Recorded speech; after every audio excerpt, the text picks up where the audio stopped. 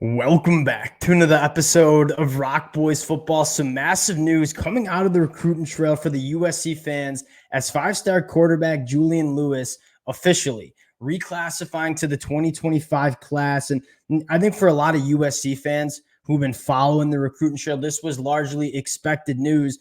But now that it's official, there's two things that I kind of want to talk about. One, what does that quarterback runway look like for USC? And this is a conversation that we've had a lot the last couple of weeks with Malachi Nelson transferring out of the program. And what does that quarterback room look like not only in 2024, but 2025 and in 2026? Obviously, USC did not take a quarterback in the 2024 class. So I want to have a conversation about what that quarterback runway looks like. I also want to have a conversation around quarterbacks reclassifying, and should USC fans be concerned about the progression and development of Julian Lewis skipping a year of high school and reclassifying to that 2025 class.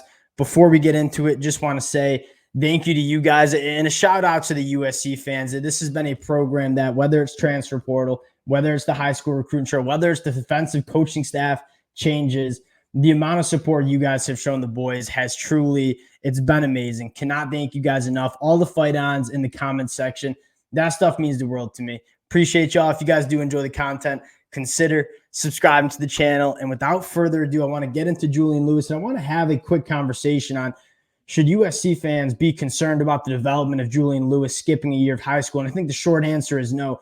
You look at quarterbacks that have struggled reclassifying, I think a lot of it has to do with missing out on a year of experience and playing the quarterback position and playing actual football. Julian Lewis, you look during his high school career, and he is not short on experience and productivity in 7A football in the state of Georgia. This is a guy that's a winner. He's been extremely productive, has all the arm talent in the world. I mean, there's a reason he was the number one player in the 2026 class. You're talking about a special set of traits for a guy like Julian Lewis. You see him attack the deeper third extremely well. You see him layer footballs over the middle extremely well. He can make every throw on the football field, is dripping with arm talent. So from a physical tools standpoint, you're not too concerned about Julian Lewis reclassifying. And then the next conversation is, are you concerned about the maybe the lack of experience that Julian Lewis is going to be coming into college with? You're certainly not concerned about that. And this is a guy that's been starting as a true freshman, playing 7A football in the state of Georgia, threw for over 4,000 yards as a freshman in high school, went 14-1, threw for over 531 yards in the state finals. This is a guy that's been extremely productive. He's been a winner, and he's trending in the right direction, right? You take a look at his sophomore year, essentially now his junior year in 2023, threw for only 3,000 yards, which is still a phenomenal number for a high school quarterback, 48 touchdowns to only 2 interceptions. You talk about trending in the right direction in terms of your development. A 48 touchdown to 2 interception ratio is certainly what you're looking for. So when you look at Julian Lewis reclassifying and you have that conversation about potentially being concerned about the lack of development, this is a guy that is going to start in 2024, probably ball out again. He's going to have 3 years of starting experience, of extreme productivity at the high school level. I mean, I look at Julian Lewis and say, this is a guy that's ready to play college football right now. Does he want to? So him reclassifying from a development standpoint, I'm not concerned about. He's going to be in a quarterback room with Lincoln Riley. That's obviously a very, very good sign for quarterback development. Not concerned about the reclassification of Julian Lewis. I think the more intriguing conversation is, I mean, what does this quarterback runway and quarterback room look like for the future of USC?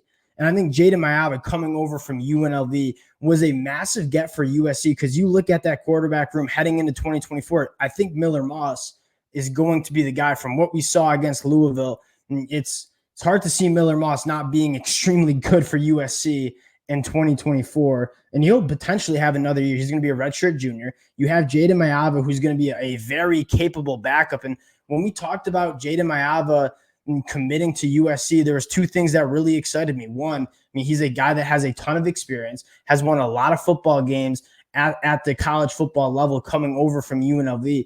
But more importantly, I think he's a massive developmental prospect in this quarterback room, right? Jaden Mayava at 6'3", 225 pounds, is a guy that can make every throw in the book, has a phenomenal set of tools, I should say, in terms of what he can be. And it seems like, I mean, he hasn't even scratched the surface of what he can be. So Jaden Mayava, I mean, Miller Moss, quarterback one in 2024, might go to the NFL draft after that year. And then you look at the 2025 year, and you're going to have a guy in Jada Maiava who I think could be a phenomenal quarterback for USC in 2025. And now you enter in a guy like Julian Lewis, who is certainly going to compete for a starting spot the second he arrives on campus. So you look at USC, and for the 2024 year and the 2025 year, it seems like USC is going to have at least two extremely good quarterbacks that you can rely on heading into that season, right? Miller Moss and Jada Maiava in the 2024 year. And then if Miller Moss decides to go to the NFL, you got Jada Maiava and Julian Lewis in the 2025 year. And I think this is massive for USC fans, right? And we kind of said, even when Malachi Nelson transferred out of the program, if there's one thing I really trust about Lincoln Riley, it's getting that quarterback position right. But we were a little concerned, right? Before Jada Maiava commits to USC, we're going into the 2024 year with just Miller Moss as kind of the guy. And you didn't really have a plan of who's his backup, and two, what does it look like in 2025? You look at 2024, you're set with Miller Moss and Jada Maiava. And then you look at 2025, you have a guy in Julian Lewis coming in, and then Jada Maiava as well. This is a USC quarterback room that we had a lot of question marks about 4 weeks ago. And now we are feeling very good about what this quarterback room looks like for the next couple of years for USC.